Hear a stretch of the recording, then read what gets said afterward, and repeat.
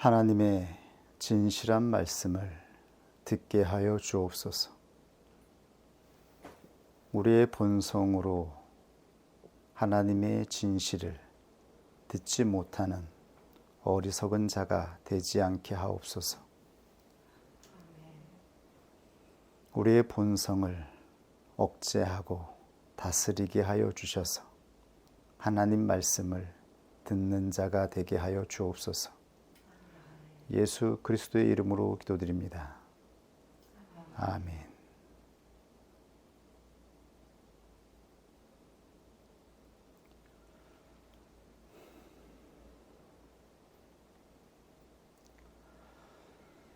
오늘 우리에게 주신 말씀은 쉽게 들을 수 있는 말씀이 아닙니다. 많은 사람들이 들을 수 있는 말씀이 아닙니다. 이 말씀을 기쁨으로 기꺼이 듣는 자들에게 하나님의 영광의 날이 임하게 되기를 소원합니다. 오늘 우리에게 주신 말씀은 그리스도인으로 세상을 살아내야 하는 거룩한 의무에 관한 것입니다. 진정한 그리스도인은 어떻게 이 세상을 살아내야 하는 것인가요? 이 세상을 단순히 사는 것, 생명을 보존하는 것이 아니라 이 세상을 살아내는 거룩한 의무가 있다라고 성경에 증거되어 있습니다. 오늘 주신 말씀으로 이 세상을 살아내야 하는 이 거룩한 의무에 참여하는 자가 되기를 원합니다. 사도는 이렇게 증거하고 있습니다. 사랑하는 자들아, 나그네와 행인 같은 너희를 권하노니 영혼을 거스려 싸우는 육체의 정욕을 제어하라. 너희가 이방인 중에서 행실을 선하게 가져 너희를 악행한다고 비방하는 자들로 하여금 너희 선한 일을 보고 공고하시는 날에 하나님께 영광을 돌리게 하려 함이라. 인간의 세운 모든 제도를 주를 위하여 순복하되 혹은 위에 있는 왕이나 혹은 악행하는 자를 징벌하고 선행하는 자를 포상하기 위하여 그의 보낸 방백에게 하라. 곧 선행으로 어리석은 사람들의 무식한 말을 막으시는 것이라. 자유하나 그 자유로 악을 가리우는 데 쓰지 말고 오직 하나님의 종과 같이 하라. 무사람을 공경하며 형제를 사랑하며 하나님을 두려워하며 왕을 공경하라. 베드로전서 2장 11절에서 17절. 사도의 논증에 의하면 육체의 정욕을 제어하는 것은 곧 복종하는 것을 의미합니다. 복종하는 상태가 되는 것, 이것으로 세상을 살아내는 것, 이것이 그리스도인들이 성취해야 하는 이 세상을 살아가는 거룩한 의무라고 증거하고 있습니다. 사도가 논증하는 방식을 보십시오. 사도는 너희를 권하노니 영혼을 거스려 싸우는 육체의 정욕을 제어하라 하였습니다. 육체의 정욕을 제어하는 것, 이것은 곧 선을 행하기 위함입니다. 사도는 육체의 정욕을 제어하고 선한 일을 하라고 말씀하고 있습니다. 그리고 곧바로 병치하는 것이 무엇인가요?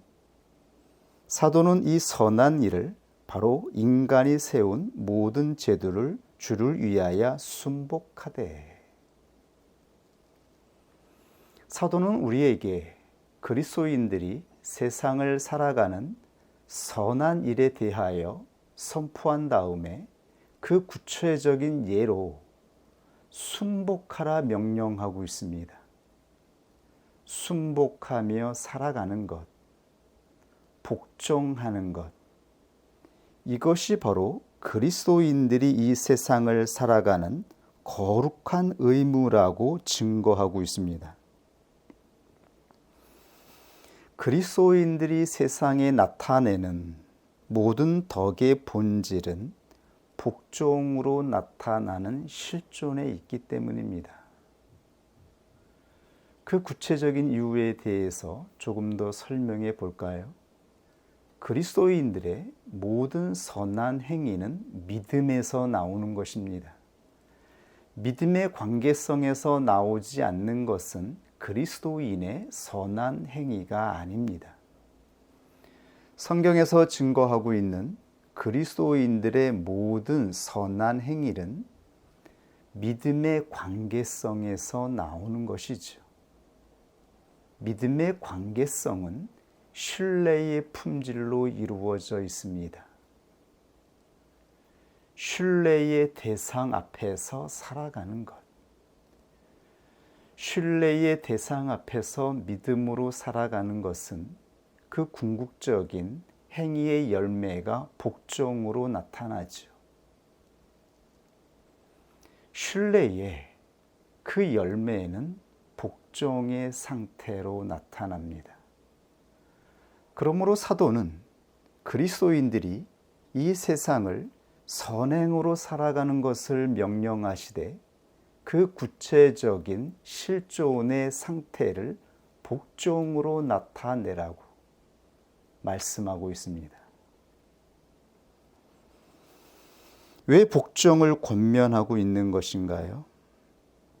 복종으로만 사랑의 열매를 나타낼 수 있기 때문입니다.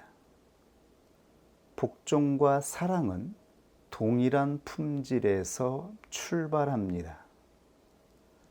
복종과 사랑은 다른 것이 아니라 동일한 하나의 품질에서 출발하는 것입니다. 이 놀라운 진실을 아는 자가 되기를 원합니다. 왜 복종과 사랑이 동일한 품질인지는 오늘 말씀을 통해서 하나하나 확증해 나아갈 것입니다. 어쨌든 성경에 명시된 그리스도인의 의무는 윤리나 도덕성을 넘어서는 영적 존재의 상태를 나타내고 있습니다.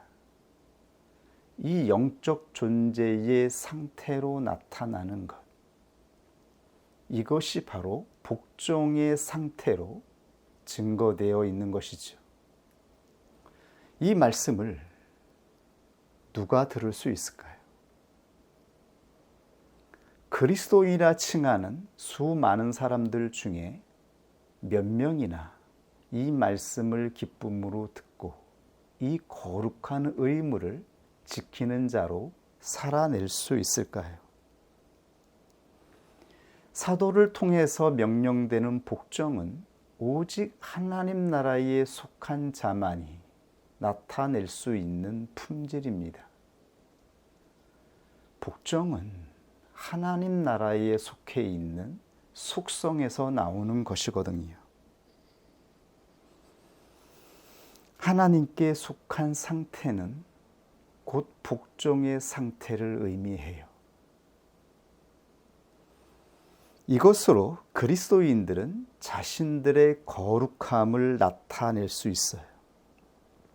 사도는 이것을 명령하고 있습니다. 더 구체적으로 설명해 볼까요? 그리스도인은 하나님께 드려진 거룩한 존재로 구별되었습니다. 그리스도인들 자체가 하나님의 소유로 구별됨으로 말미암아 그의 인생 자체도 분리되고 구별된 것이죠. 그러므로 사도는 성도들을 향해 권면합니다. 너희가 이방인 중에서 행실을 선하게 가져 너희를 악행한다고 비방하는 자들로 하여금 너희 선한 일을 보고 공고하시는 날에 하나님께 영광을 돌리게 하려 함이라. 너희를 악행한다고 비방하는 자가 누구인가요? 바로 우리 주변에 있는 가족들과 이웃들이시죠. 이들이 그리스도인들을 향하여 악행한다고 비방합니다. 우리가 믿음으로 행하는 것에 대하여 악행한다라고 말하게 되는 것이죠. 하나님께서 구별하신 것, 하나님께서 분리하신 것을 이해하지 못하기 때문이죠. 그러므로 그들에게는 이것이 자신들을 대적하고 충돌하는 악행으로 비출 수 있어요. 그러므로 너희 선한 일을 보고 공고하시는 날에, 여기서 공고는 하나님께서 방문하시는 날을 의미합니다. 하나님께서 방문할 때에 어떠한 일이 발생할까요? 하나님이 우리의 인생에 방문할 때에 한편에서는 하나님의 은총의 열매가 나타나게 됩니다. 우리가 살아가는 이 인생이 하나님의 이름을 나타내고 충족한 삶으로 나타납니다. 하나님의 영광스러운 이름이 나타나게 되는 것이죠. 그러나 또 한편에서는 심판이 나타납니다. 하나님의 형벌이 있음을 나타내시죠. 그때 그에게 주어졌던 모든 삶의 풍족함은 사라지고 그에게 주어졌던 좋은 환경들이 다 소멸되어져요. 가장 핵심적인 형벌은 무엇인 줄 아세요? 우리의 영혼이 고독한 상태가 되는 것입니다. 영혼이 고독한 상태가 되는 것. 이것이 하나님을 떠난 자의 영혼에 주어지는 결과예요. 하나님이 공고하시는 때에 우리의 영혼이 어떠함이 나타나게 될 것입니다. 영혼이 고독해지는 것은 하나님의 영이 우리 안에서 작용을 멈추고 우리에게서 떠났을 때 나타나는 상태입니다. 복종의 상태에서 떨어져 나갔을 때에 나타나는 형벌의 상태인 것이죠. 그런데 사도는 이 공고하시는 날 앞에 정관사를 사용하지 않았습니다. 그래서 개혁파 교회의 교사였던 웨인 그루뎀은 이 날이 우리가 기다리는 역사의 마지막 심판의 날이 아니라 현재의 어느 날이라고 주석하였습니다. 지금 사도가 증거하고 있는 이 공고하시는 날은 그리스도인들이 살아가는 이 인생에 나타나는 현재의 어느 날인 것이죠. 현재의 어느 날 하나님이 공고하십니다. 하나님께서 공고하시기 위해서 우리의 인생에 방문하시는 때가 있습니다. 그때 한편에서는 하나님의 은총으로 말미암아 우리의 영혼과 삶이 풍족해질 것이고, 다른 한편에서는 형벌로 말미암아 우리의 인생이 피폐해지고 우리의 영혼은 고독한 상태로 증명될 것입니다. 이것이 바로 사도가 성도들에게 이 인생을 거룩한 의무로 살아내야 하는 하나님의 권고하시는 날이 있기 때문임을 증거하고 있는 것이죠. 마지막 역사적인 심판의 때뿐만 아니라 하나님은 순간순간 우리의 인생에 공고하시는 때를 나타내신다라고 하는 것이죠. 이때 우리는 무엇으로 하나님의 은총을 입은 자임을, 우리의 인생이 복된 것임을 나타낼 수 있을까요? 하나님이 우리의 인생에 공고하시는 때에 나타났던 이 복된 인생의 은총은 언제였을까요? 우리가 내적인 부르심을 받았을 때에, 그때 하나님께서 공고하시는 날이었습니다. 우리가 영적인 출애굽을 할 때에, 그때 바로 하나님이 공고하시는 날이었습니다. 우리가 영적인 광야를 걸어가며 하나님이 공고하시는 날이 있었습니다. 이 모든 날에 동일한 상태는 무엇이었을까요? 바로 우리 안에 복종의 상태가 이루어졌을 때이죠. 하나님의 내적인 부르심이 이루어졌을 때에 우리 안에 복종의 상태가 이루어졌었어요. 우리가 영적인 출애굽을 하는 때 우리 안에 성령의 능력으로 말미암아 복종하는 상태가 이루어졌었어요.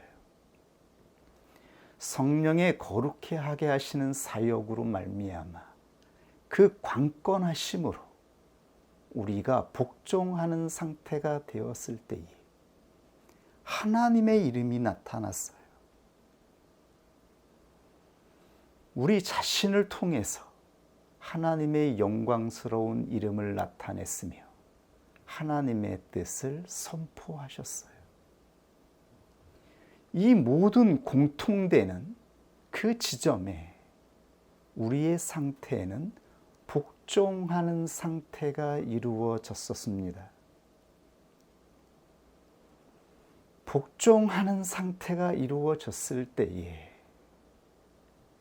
하나님의 공고하심으로 우리의 날은 복되게 되었고 하나님의 영광이 나타나는 것을 목격할 수가 있었죠. 하나님의 존귀하신 이름이 자랑되는 곳에 참여할 수가 있었어요. 이때는 바로 우리 안에 성령의 능력으로 말미암아 성령의 강권하심으로 우리의 존재 상태를 복종하는 상태로 만들었을 때입니다. 오직 복종으로 하나님은 하나님의 영광을 나타내셨습니다. 사도는 이 놀라운 역사를 성도들에게 증거하고 있습니다. 베드로전서 2장 15절 이하에 계속해서 이렇게 말씀하셨죠. 곧 선행으로, 여기서 말하는 선행은 그리스도인들의 복종입니다. 그리스도인의 복종으로 어리석은 사람들의 무식한 말을 막으시는 것이라. 자유하나 그 자유로 악을 가리우는 데 쓰지 말고 오직 하나님의 종과 같이 하라. 하나님 앞에 복종하는 종과 같이 하라는 것이죠. 하나님께 복종하는 상태로 인생을 살아내라 말씀하셔요. 무사람을 공경하며 형제를 사랑하며 하나님을 두려워하며 왕을 공경하라. 이것은 하나님 앞에 복종하는 상태로만 나타나는 인생의 열매입니다. 하나님께 복종하는 상태가 되지 않으면 그것은 이 인생을 열매 맺을 수 없어요. 잠깐은 인내할 수 있고, 잠시는 사람들에게 덕을 끼칠 수 있겠지만, 그것으로 하나님의 영광을 나타내는 데까지 이를 수가 없습니다. 세상 사람들이 생각하는 선행과 성경에 증거된 그리스도인의 선행은 이렇게 본질로 확연하게 구분됩니다. 이 선행의 본질이 구별되어 이 구별을 알아야 그리스도인의 인생이 무엇인지를 알 수 있게 됩니다. 이것을 구별하는 데서 외적인 그리스도인과 내적인 그리스도인의 인생이 또한 구별됩니다. 우리는 표면적 그리스도인으로 부름받은 자들이 아닙니다. 우리에게 복종이 요구되고 복종의 상태가 나타났던 것은 우리가 성령으로 말미암아 이면적인 그리스도인으로 부름을 받았기 때문입니다. 우리 안에 복종의 상태가 나타나는 것은 우리의 부르심이 이면적인 부르심이기 때문임을 증표하고 있는 것입니다. 표면적 그리스도인과 이면적 그리스도인의 인생을 나타내는 본질적인 차이는 바로 복종에 있습니다. 복종은 영광을 받으시기에 합당한 하나님의 권위를 나타내는 데 있기 때문입니다. 이 시대의 정신을 보십시오. 이 시대의 정신은 그 무엇보다 복종이라고 하는 성격을 싫어하고 미워합니다. 복종이라는 말 자체를 듣고 싶어 하지 않아요. 이 시대의 정신은 오직 자아를 높이며 자아를 실현하는 것, 자아가 자신감을 가지고 살아가는 인생에 있습니다. 자아를 실현하는 자신감을 인간의 덕목으로 가르치고 주장하죠. 그리고 이러한 가치로 살아가는 자를 진정 자유로운 영혼이라 자랑합니다. 이와 마찬가지로 인류 최초의 인간이었던 아담을 유혹했던 것, 그것이 무엇인가요? 최초의 아담을 유혹했던 것은 바로 자유에 대한 욕망이었습니다.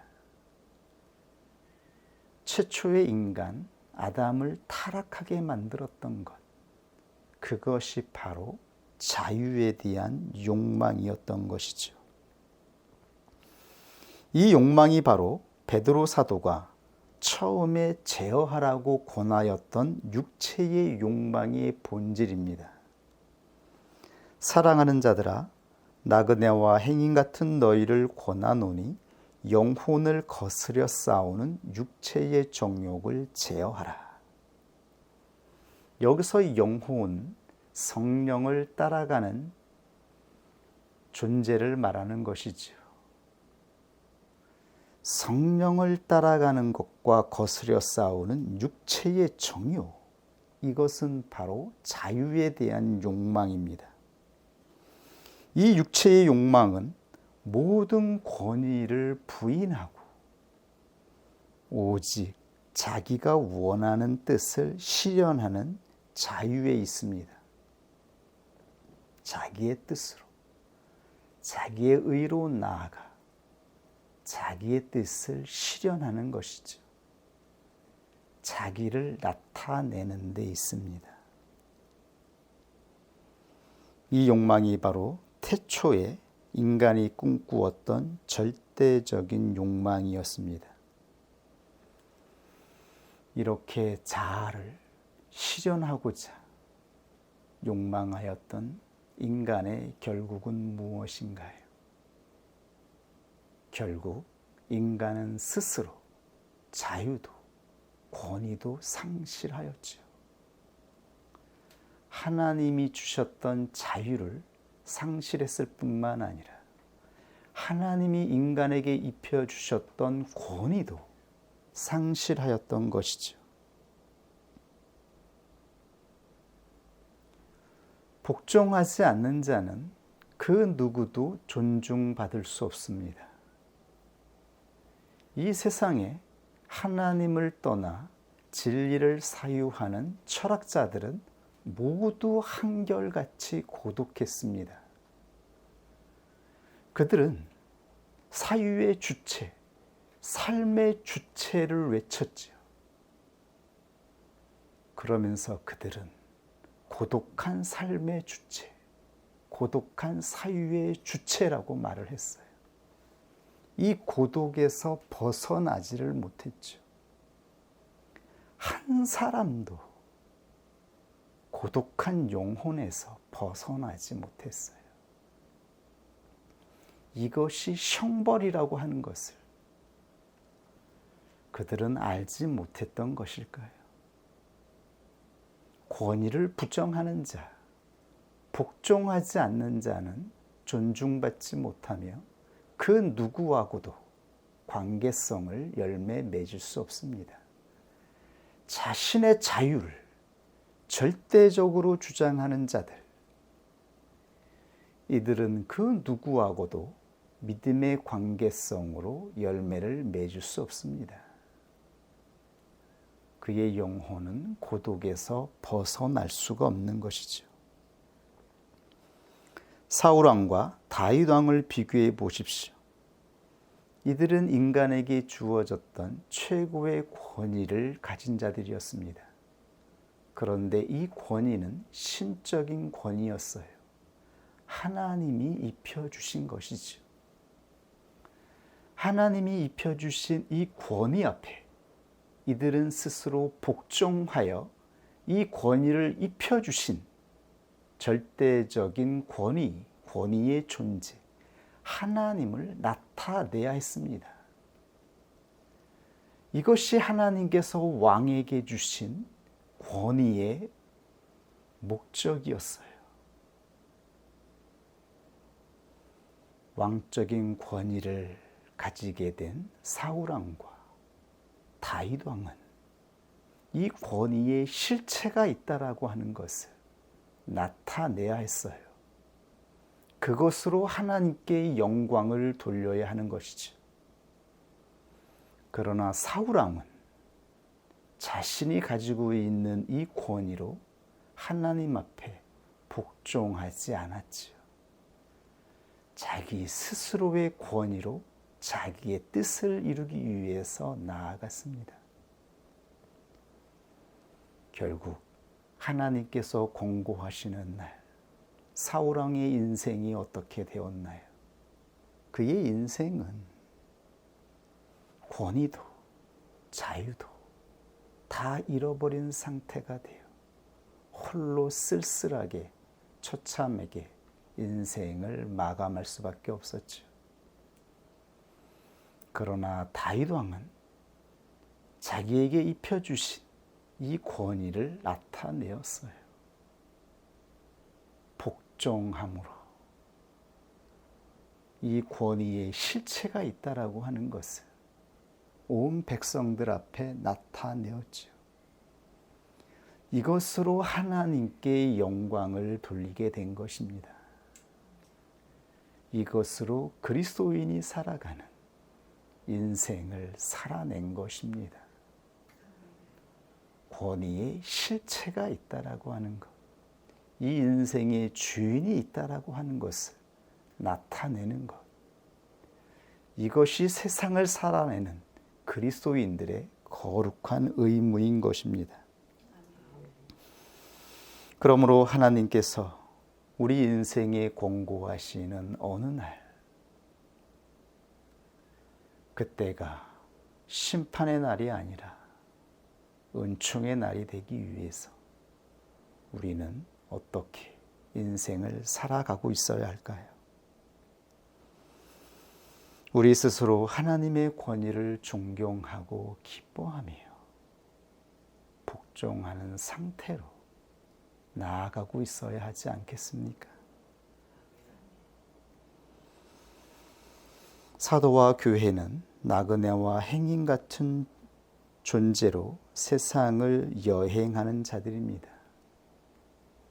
그리스도인들은 세상에 예속되거나 세상의 사람들에게 종속된 자들이 아닙니다. 그럼에도 불구하고 사도는 성도들에게 복종하라 합니다. 세상의 권위 앞에, 세상의 질서 앞에 복종하라고 요구하고 있습니다. 왜냐하면 복종은 자기보다 더 높은 권위가 있다라고 하는 것을 인정하는 것이거든요. 권위는 자기보다 위에 있는 존재, 신뢰의 대상에게 주어지는 것입니다. 그리스도인들이 세상의 권위 앞에 고개 숙이는 이유는 무엇인가요? 그 세상의 질서조차 하나님께서 만드신 것이기 때문이죠. 이 모든 세상의 질서조차 하나님의 것이기 때문입니다. 하나님께서 이 세상의 악을 다스리고 심판하기 위해서 권위를 주셨기 때문입니다. 그러므로 우리들은 나그네이며 여행하는 자들이며 우리는 세상의 질서와 권위 앞에 종속되는 자가 아님에도 불구하고 세상을 살아가는 관계성 안에서 이웃과 사회에서 그 권위에 복종하는 것은 우리에게 마땅히 요구된 그리스도인의 의무, 선행을 나타내기 위함입니다. 우리가 나타내는 선행은 우리를 부르신 하나님, 우리가 복종하는 하나님이 있음을 나타내는 것입니다. 그 하나님 앞에 자유자로 복종하는 것입니다. 마지못해서 어쩔 수 없이 치욕과 수치로움 속에 복종하는 것이 아니라 복종하는 상태를 나타내는 것이죠. 하나님 나라에 속한 질서를 나타내기 위해서 복종하는 상태를 나타내는 것입니다.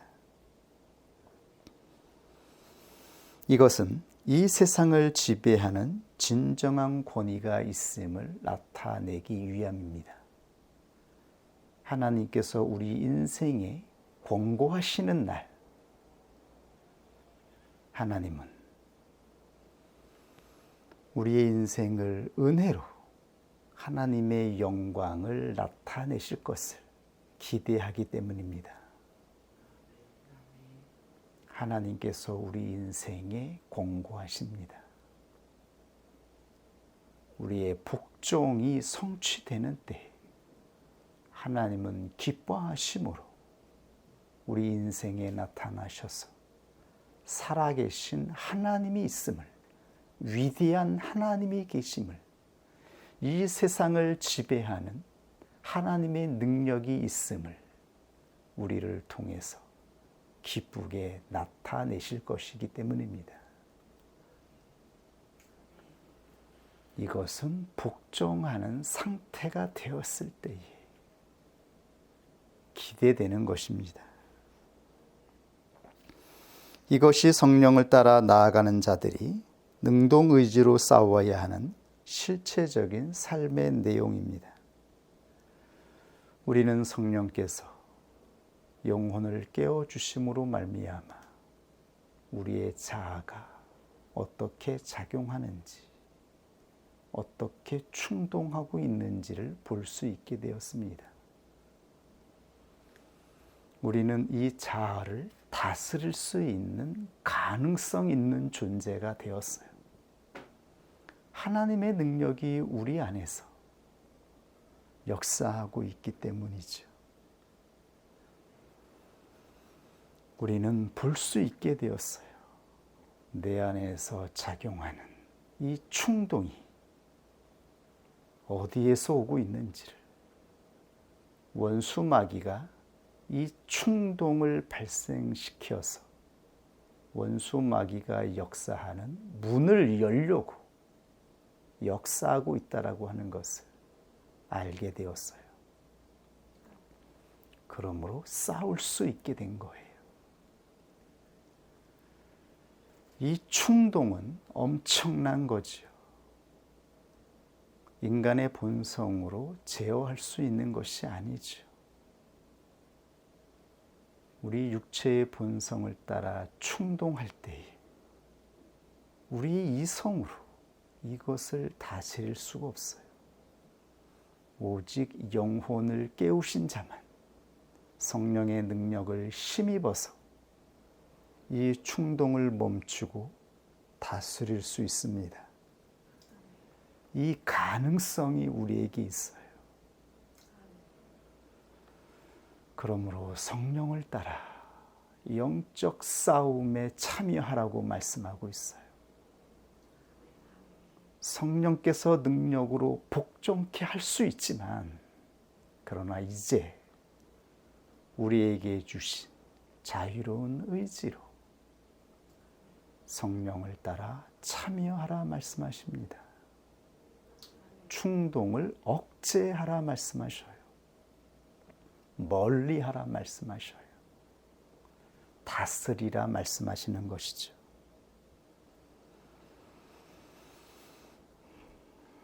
이것이 성도들에게 명령하고 있는 영적 싸움의 실체예요. 영적인 싸움은 우리 안에서 이루어지고 있어요. 우리의 자유를 통해서 원수 마귀는 태초의 인간이었던 아담에게 역사했던 것처럼 지금도 우리 안에서 역사하고 있어요. 우리가 자유를 탐하여 복종하는 상태를 벗어나서 자기의 의로, 자기의 주장으로 외치면서 나아가라고 충동하고 있어요.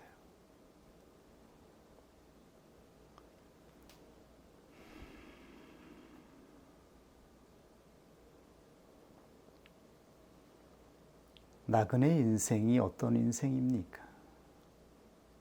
더 이상 우리를 지배하던 세상의 거대한 권위나 우리를 다스리던 이 세상의 무거운 인생의 짐이 떨구어졌다라는 것을 의미하는 것이 아닌가요?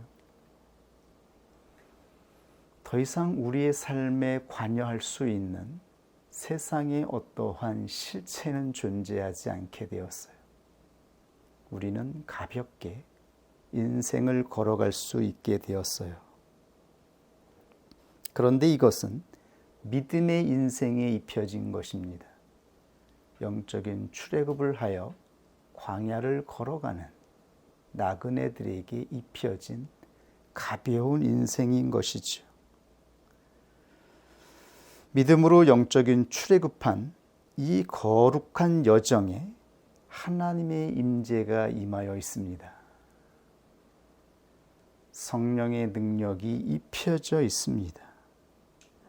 우리는 거룩으로 보호받고 지켜주고 있습니다. 절대 죄가, 원수 마귀가 우리의 인생을 지배할 수 없습니다. 그러므로 원수 마귀는 우리의 본성을 충동하여 역사하여 우리가 이 여정에서 떨어지게 만드는 것입니다. 이 보호하심 자체에서 이 인생에서 떨어지게 만드는 것이죠. 끊임없이 충동하여 우리가 이 거룩한 광야의 여정에서 떨어지면 그때 우리에게 입혀졌던 성령의 거룩하게 하심과 하나님의 전적인 권위에 이 입혀짐의 보호함이 소멸됩니다. 그러면 원수 마귀가 그 영혼을 지배하고 소유하여 결국 그 인생의 지배자가 되는 것이죠. 이것이 원수 마귀의 목적입니다. 그러므로 사도들은 교회를 향하여 죽기까지 충성하라. 죽기까지 신뢰하여 복종의 상태에서 벗어나지 말라고 외쳤던 것이죠. 교회가 시험에서 이기는 마지막 관문은 죽기까지 하나님을 신뢰하여 그 권위 앞에 복종하는 상태로 남아있는 것입니다. 그때 우리는 원수 마귀의 시험에서 이기게 됩니다.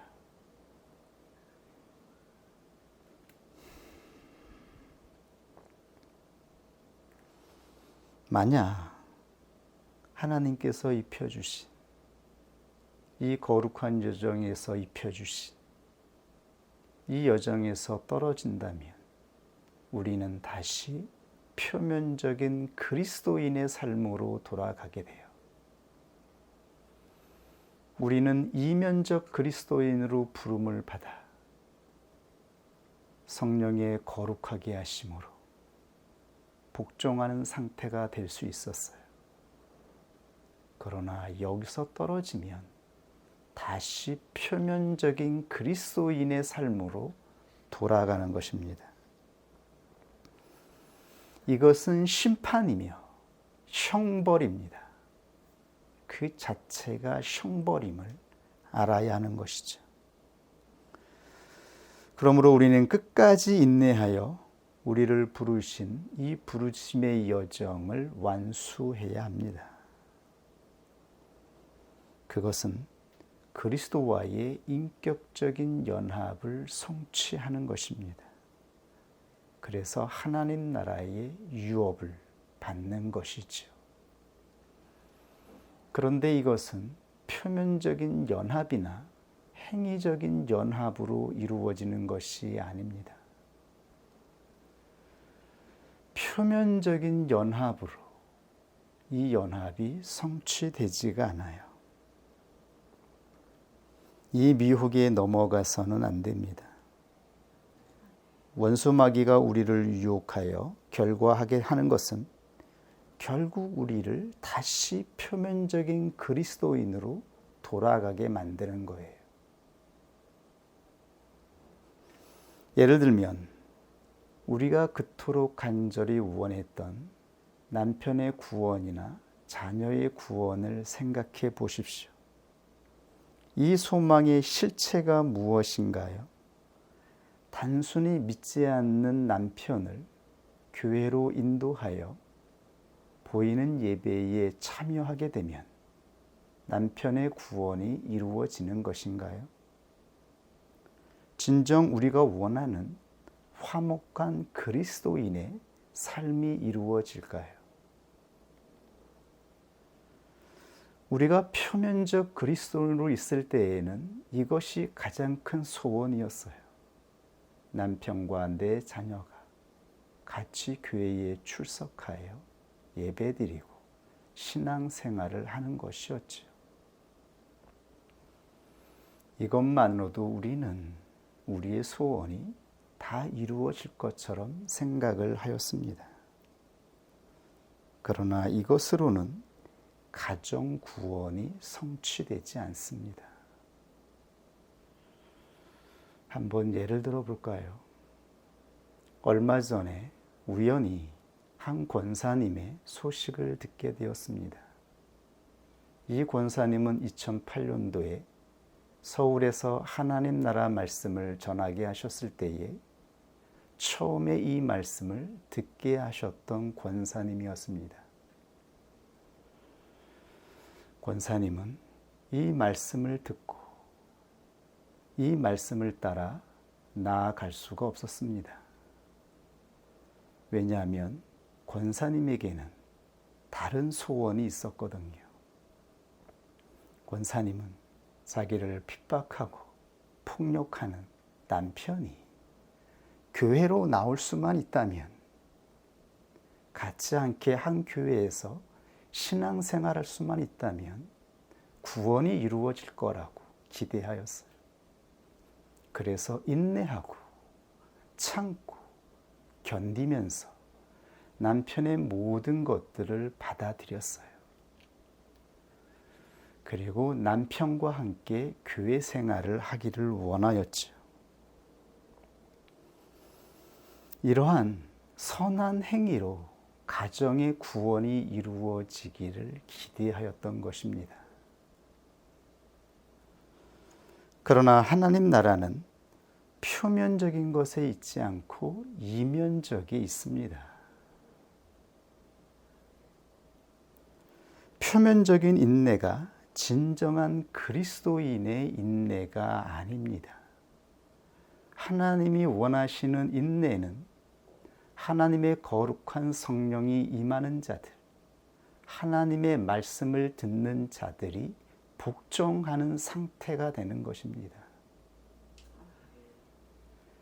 내 남편이 교회에 나와서 예배를 드리면 구원이 이루어지는 것이 아니라 하나님의 부르심을 받은 자들이, 하나님의 진리의 말씀을 듣는 자들이 하나님 앞에 말씀을 따라 복종하는 상태가 되어 자기 자아를 부인하고 자신의 뜻을 하나님 앞에 내려놓고 복종하는 상태가 되어 자기 십자가를 질 수 있는 상태가 되는 것. 이것이 하나님께서 증거하게 하셨던 하나님 나라였어요. 그러나 그때 권사님은 초조하였고 촉박하였던 것 같아요. 자기 자신이 하나님 앞에 복종하는 상태로 가는 길이 아니라 단순히 남편을 감내하고 인내하는 것으로 그 선한 덕으로 말미암아 교회로 이끄는 것이 최선이라고 생각되었던 것이죠. 그래서 결국 남편은 교회에 나오게 되었어요. 함께 교회 생활을 하게 되었습니다. 열심히 교회 생활을 하여 남편 되는 분은 목사님의 인정을 받고 성도들과 교제하며 신앙생활을 하며 봉사하며 열심히는 신자가 되었어요. 그런데 얼마 전에 이혼하신다고 재판 중이라는 소식을 듣게 되었습니다. 남편을 교회로 인도하였지만 같이 예배를 드리게 되었지만 남편의 폭력적인 상태는 변하지 않았거든요. 아내를 무시하고 자기 중심적으로 가정을 지배하려고 하는 그 상태는 변하지 않았어요. 더군다나 자녀들까지도 폭행하는 상태가 되었어요. 결국 그 권사님은 더 이상 견딜 수 없어 이혼을 선택하게 되었고 재판을 하게 되었습니다. 그때 그분이 출석하는 교회에서 그 권사님에게 악행한다고 비방합니다. 인내하지 못하고 이혼하자고 했다고 해서 그 권사님을 비판하고 악행한다라고 하는 것입니다. 우리가 그 권사님을 판단할 수 있겠습니까? 그 권사님은 최선을 다하셨지요. 제가 만난 이후로 14년 동안 남편의 모든 것을 감내하기 위해서 참으셨지요. 사람이 할 수 있는 것을 다 하신 거예요. 그러나 성경에서 우리에게 요구하는 선행은 그러한 것이 아닙니다. 성경에서 우리에게 요구하는 선행은 남편의 구원을 위해서, 교회에 데리고 나오기 위해서 인내하는 차원이 아니라 우리 자신이 하나님 말씀 앞에 복종하는 상태가 되는 것입니다. 우리 자신의 영혼의 구원이 이루어지는 것이죠. 그리고 우리의 상태를 통해서 하나님의 영광이 나타나는 것입니다. 하나님은 복종하는 그 상태를 입은 그리스도인을 통하여 하나님의 능력을 나타내시며 살아있는 하나님의 임재를 나타내십니다. 우리가 하나님 앞에 복종하는 상태로 나아갈 때 우리는 죽기까지 인내할 수 있습니다.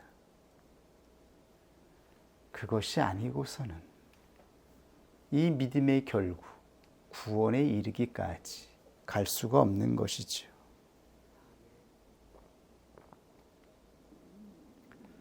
우리 모두는 상상합니다. 믿지 않는 내 가족이 교회만 나올 수 있다면, 하나님이 선포되는 말씀이 있는 예배의 영향력 아래에 있을 수만 있다면 구원이 이루어지고 가정의 화목이 이루어질 것이라 기대합니다. 그러나 성경은 우리에게 말씀하였습니다. 표면적 그리스도인이 참 그리스도인이 아니라 이면적 그리스도인이 진정한 참 그리스도인이라고요.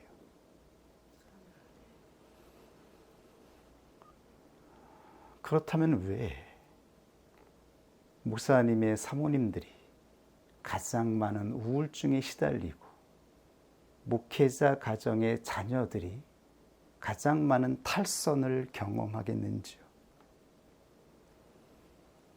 가장 많은 예배에 참여하고 그 영향력 아래에 있는 목회자의 가정조차 하나가 되지 못하여 불화하고 싸우고 방황하며 탈선하는데요.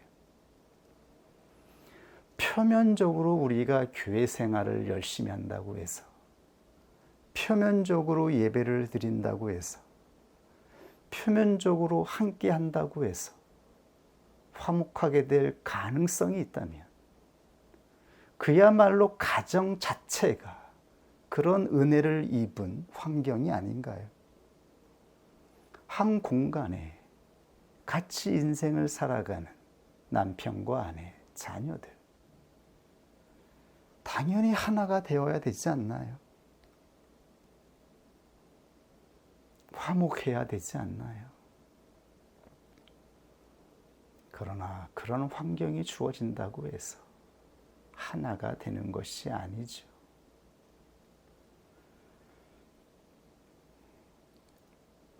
우리는 여기서 진실을 알 수 있게 되기를 원합니다.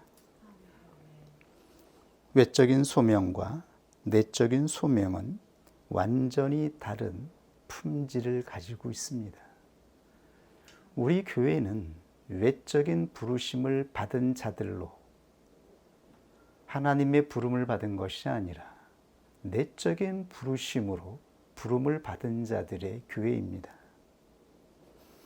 우리가 바라보는 소망은 영원한 생명이며 영원한 하나님 나라에 있습니다. 그리고 예수 그리스도 안에서 이루어지는 인격적인 연합을 기대하고 있죠. 이 인격적인 연합은 하나님을 신뢰하는 각자의 영혼이 하나님 앞에서 죽기까지 복종하는 상태가 되었을 때에 이루어지는 열매인 것이죠. 우리 자신이 자아를 부복하여 하나님 앞에 복종하는 상태로 나아가는 이 길로 나아가지 아니하면 인격적인 연합은 이루어질 가능성이 없습니다. 표면적 그리스도인들은 어떠합니까? 외적인 환경에서 외적인 복을 받고 있다고 해서 그들이 하나로 연합될 수 있을까요?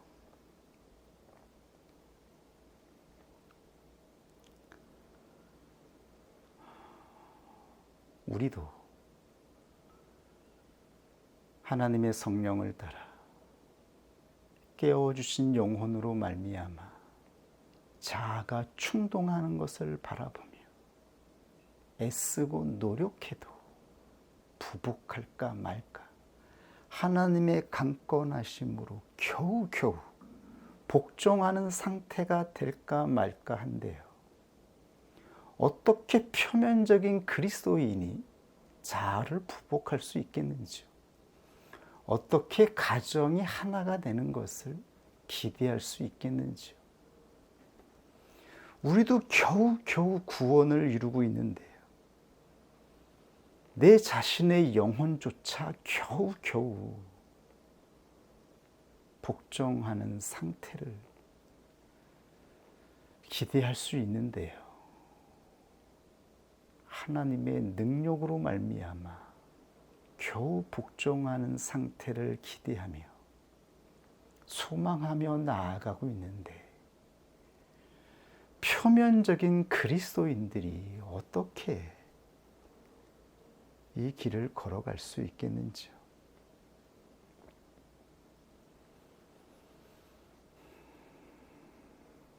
표면적인 그리스도인과 이면적인 그리스도인의 차이는 권위에 있습니다. 과연 권위를 인정하느냐? 그리고 그들이 부복하는 그 권위는 어떠한 것인지, 누구 앞에 부복하는 것인지, 진정 하나님 앞에 부복하는 상태로 나아가는 것인지, 자기의 의를 따라 자신의 뜻을 따라서 인내하고 참고 견디는 것인지에 따라서 이 모든 인생이 분리되는 것이죠.